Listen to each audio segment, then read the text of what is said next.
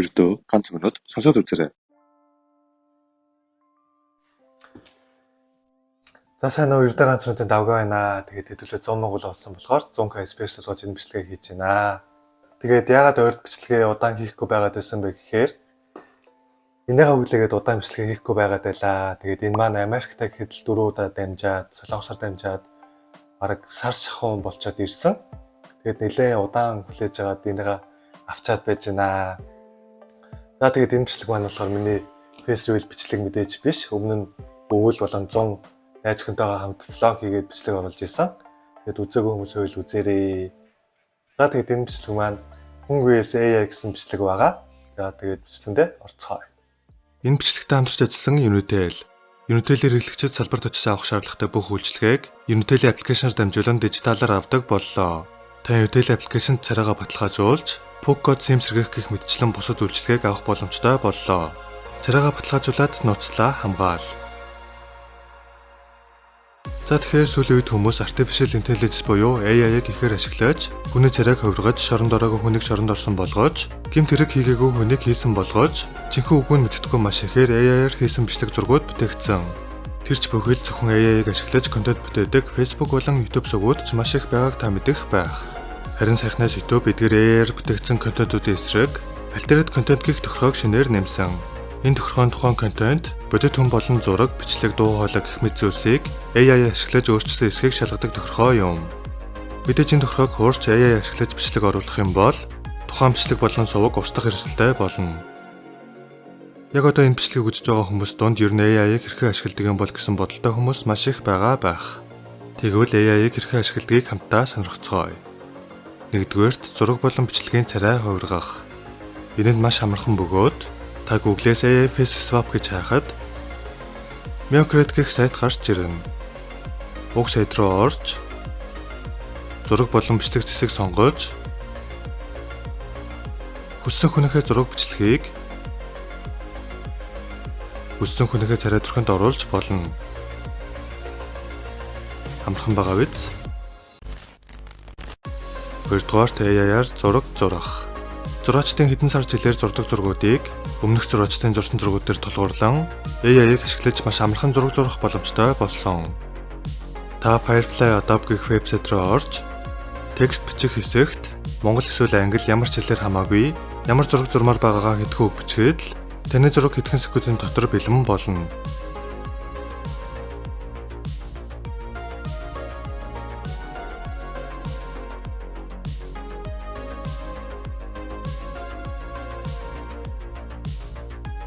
Амархан байгаа биз? 3-дугаарт AI-аар тоглоом хийх.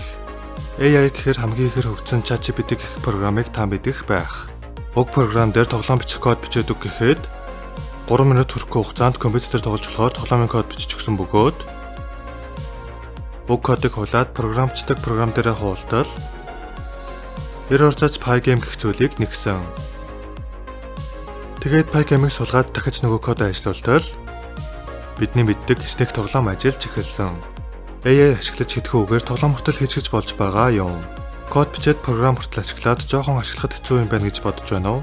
Тэгвэл Google DeepMind-аар шинээр бүтээсэн Gen-ийг зөвхөн ганцхан зураг ашиглаад тоглоом зохион бүтээдэг AI хүртэл бий болчихсон байгаа.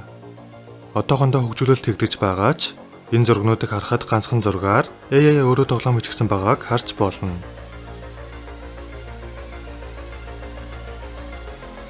Амархан байгаа биз?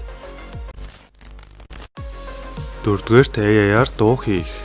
За тэгэхээр AI-аар зураг бичлэг тоглоом хийдэг юм байж дуу бол арай хийж чадахгүй байлгүй дээ гэж бодож байна уу? Мэдээж чадна. Бас маш амархан. AI-аар дуу хийдэг сайт байдаг бөгөөд lyrics хэсэгт хүссэн үгээ бичиж оруулаад Style of Music хэсэгт тухайн дуугаа ямар төрлийн дуу байхаа бичиж оруулаад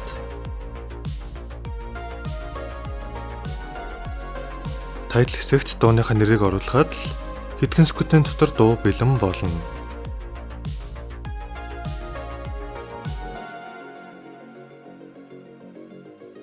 За тэгээд ердөө ганц минут AI versus хүн гэх дууг хамтдаа сонсцгоё.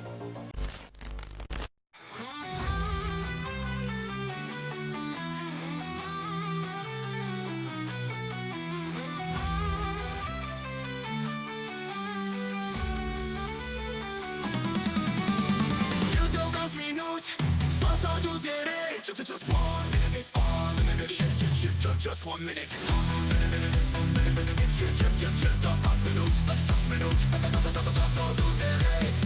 The robot revolution's taking hold.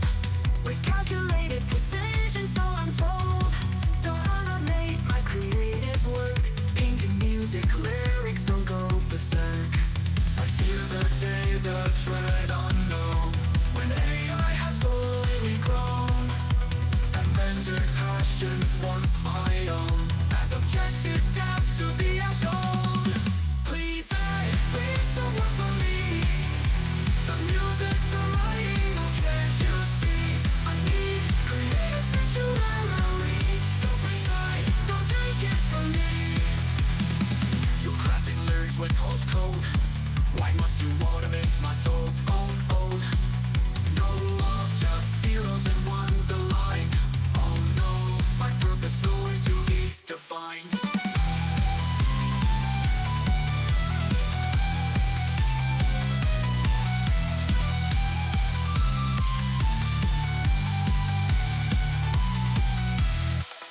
Don't let the day that darkness rise, where AI's cold grip applies to what makes us human, what we prize, the fire and flare in our eyes.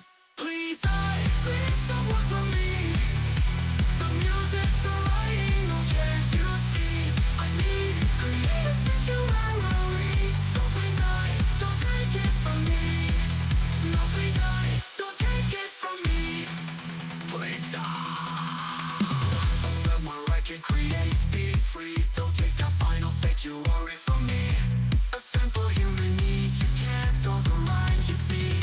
Please, please, someone for me. The art, the passion, can't you see?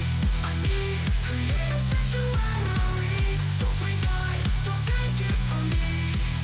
No, please, don't take it from me. Just 1 minute.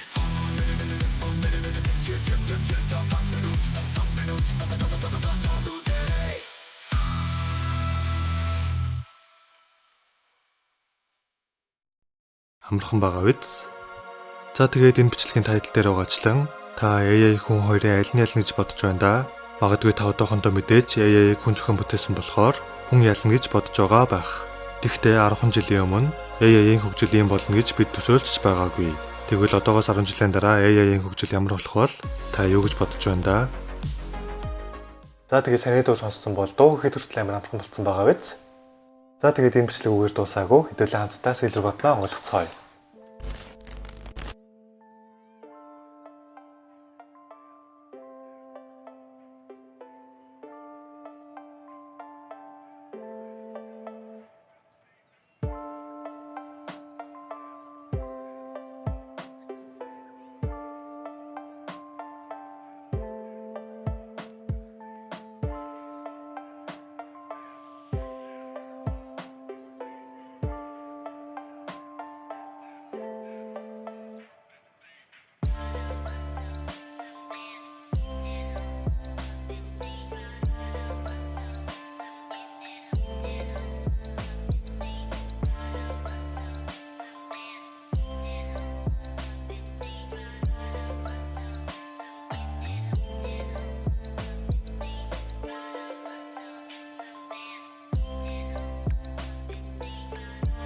За ингээд Silver Bot-ноо онгойлгочлоо. Тэгээд энэ дээр анхны болон 100 дахь, 1000 дахь subscribe санаж гэнэ үү? 100,000 subscribe хүрсэнд баярлалаа гэсэн бичиг байна.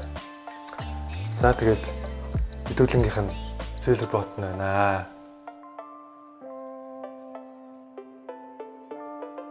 За тэгээд хэдүүлээ 100,000 бол Silver Bot-нтай боллоо.